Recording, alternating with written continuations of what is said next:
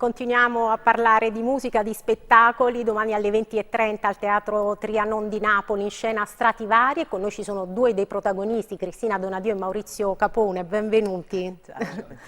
Allora, spettacolo in verità corale, sarete tanti sul palco, sì. Giusto Cristina? Di che spettacolo si tratta? Guarda, intanto saremo 9, quindi già quello è riempiremo il palcoscenico.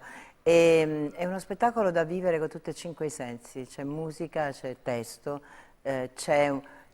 proprio si sente un'elettricità, perché è come se gli opposti si attraessero e quindi si crea questa energia tra il molto alto e il molto basso. È Napoli, gli strati vari di Napoli. Questi sono gli con strati. Dei musicisti straordinari. Infatti, accanto a Capone e Bung the Bang ci saranno i Solis anche i Solis String Quartet, sì. Che sono un meraviglioso quartetto d'archi, quindi musica classica che però dialoga con gli strumenti che voi, Maurizio, inventate, no? Diciamo che lo sforzo è stato proprio quello di mischiare in maniera armonica questi due mondi apparentemente distanti e diversi, che invece poi sono praticamente frutto della musica, e quindi la musica è sempre una, e quindi dialoghiamo ma su musiche di Mozart fino all'hip hop delle nostre canzoni, quindi è veramente uno spettacolo pieno di differenze che si armonizzano e che diventano poi un unico messaggio. Bello.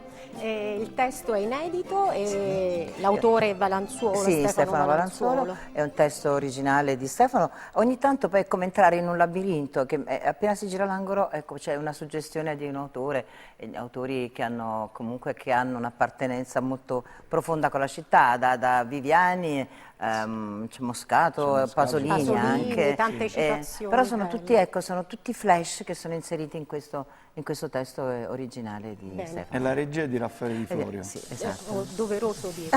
Sì, certo che sì. Allora diamo appuntamento a tutti con lo spettacolo, e domani al Teatro Trianon di Napoli alle 21:30, alle 20:30. 21, 20:30. 20:30. Siamo a Napoli. Strativari. Non fate tardi. Grazie per essere stati con noi. Grazie a voi.